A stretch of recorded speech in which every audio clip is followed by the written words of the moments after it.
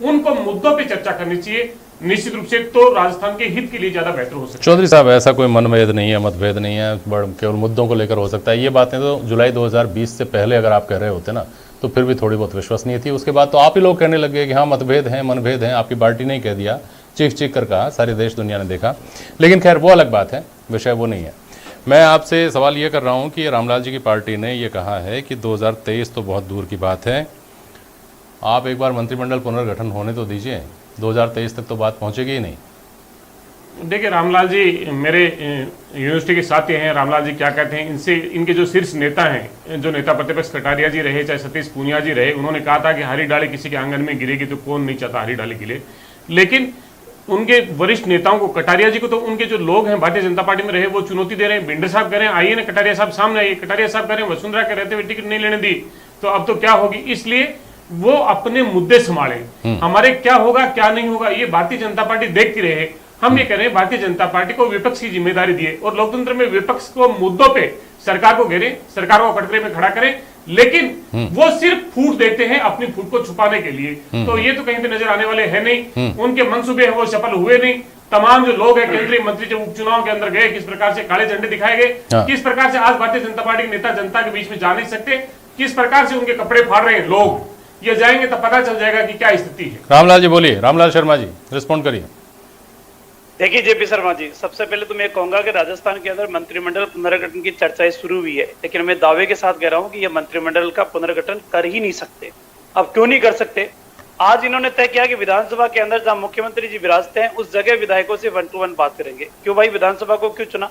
विधानसभा तो सबके लिए, पूरे प्रदेश की आवाम के लिए, उनके लिए समस्याओं के समाधान का एक केंद्र है। वो किसी पार्टी की समस्याओं का समाधान का केंद्र नहीं है।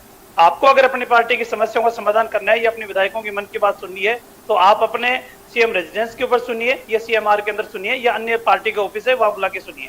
लेकिन आपने विधानसभा के पटल को चुना, इसका मतलब ये है कि कुछ विधायक ऐसे हैं जो आज भी सीएमआर जाना नहीं चाहते, पार्टी मुख्यालय के केंद्र के ऊपर जाना नहीं चाहते, उनके साथ संवाद करना नहीं चाहते। नंबर 1। दूसरी बात मैं कहूंगा कि सैद्धांतिक तौर पे और मूल्यों के आधार के ऊपर बात करना बहुत आसान है। एक बार का विधायक अगर चुना हुआ है उसको हम मंत्री नहीं बनाएंगे, जो विभिन्न जिलों का प्रतिनिधित्व नहीं हो पाया उनको हम प्राथमिकता के साथ रखेंगे। ये बातें करना बहुत आसान है। आप किसको आप इग्नोर कर सकते हो?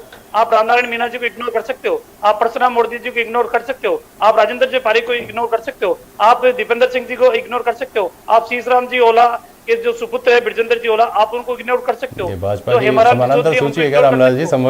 किस आधार के ऊपर आप इन वरिष्ठ नेताओं को इग्नोर करोगे? आपके पास कौन सा ऐसा पैमाना है, कौन सा मापदंड है जिसके आधार पे? रही बात ये, आपकी सरकार के प्रति निष्ठा दिखाने वालों को आप ओबलाइज करोगे या आपकी सरकार के खिलाफ बगावत करने वालों को आप ओबलाइज करोगे? अभी भी बीएसपी से कांग्रेस में शामिल होने वालों की बैठक चल रही है।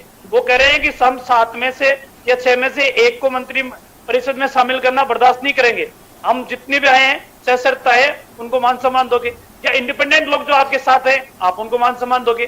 तो ये मैं दावे के साथ कह रहा हूँ, सिर्फ और सिर्फ एक झुंझुना ऐसा है जो लोगों को महत्वाकांक्षा दिखाने का काम है।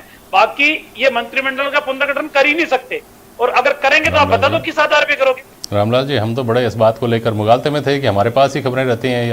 असंतुष्ट खेमा जिसको कहा जा रहा है उसकी खबरें तो सबसे ज़्यादा आपके पास हैं।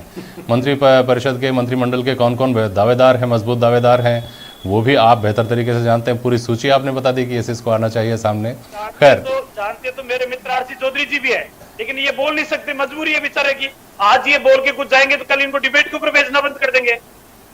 अच्छा, चलिए रामलाल जी मुझे बताइए, ये जो आप कह रहे हैं कि 2023 तक तो बात ही नहीं पहुंचेगी, इसका गणित क्या है ये थोड़ा समझाइए। 2023 तक 1 मिनट के लिए मान लीजिए कि कांग्रेस में गुटबाजी है, आपकी गुटबाजी पे बात कर लूंगा अभी, लेकिन 1 मिनट के लिए आरसी चौधरी ना माने, हम मान लेते हैं कि कांग्रेस में गुटबाजी है और सरकार बिखर जाएगी, ये दल टूट जाएगा। तो क्या 2/3 कांग्रेस टूट रही है और आपके साथ आ रही है, सरकार बना रही है, या आपकी सरकार बन रही है उसको 2/3 कांग्रेस टूटकर समर्थन दे रही है? क्या हो रहा है, कैसे बैठ रहा है ये गणित, समझ में नहीं आ रहा। देखिए जेपी शर्मा जी, एक सामान्यतः सामाजिक सिद्धांत जिसको कह सकते हैं या प्राकृतिक सिद्धांत भी कह सकते हैं कि हकदार को सम्मान मिले, गुनहगार को सजा मिले। ये एक ऐसी थ्योरी है जिस थ्योरी प्राकृतिक रूप से सही बैठती है। अब इस 2018 के चुनाव के अंदर जो नेचुरल लीडरशिप थी, वो नेचुरल लीडरशिप ये थी कि सचिन पायलट के नेतृत्व के अंदर चुनाव है, सचिन पायलट इस प्रदेश के मुखिया के नाते वो प्रदेश की कमान संभालने का काम करेंगे। लेकिन जो हकदार था उसको सम्मान नहीं मिला और घूम फिरा के जोड़ तोड़ करके प्रेशर प्रोटेस्ट करके और सिंहासन के ऊपर कोई दूसरे। तो ये जो प्राकृतिक रूप से जो हक जिसको मिलना चाहिए उसको हक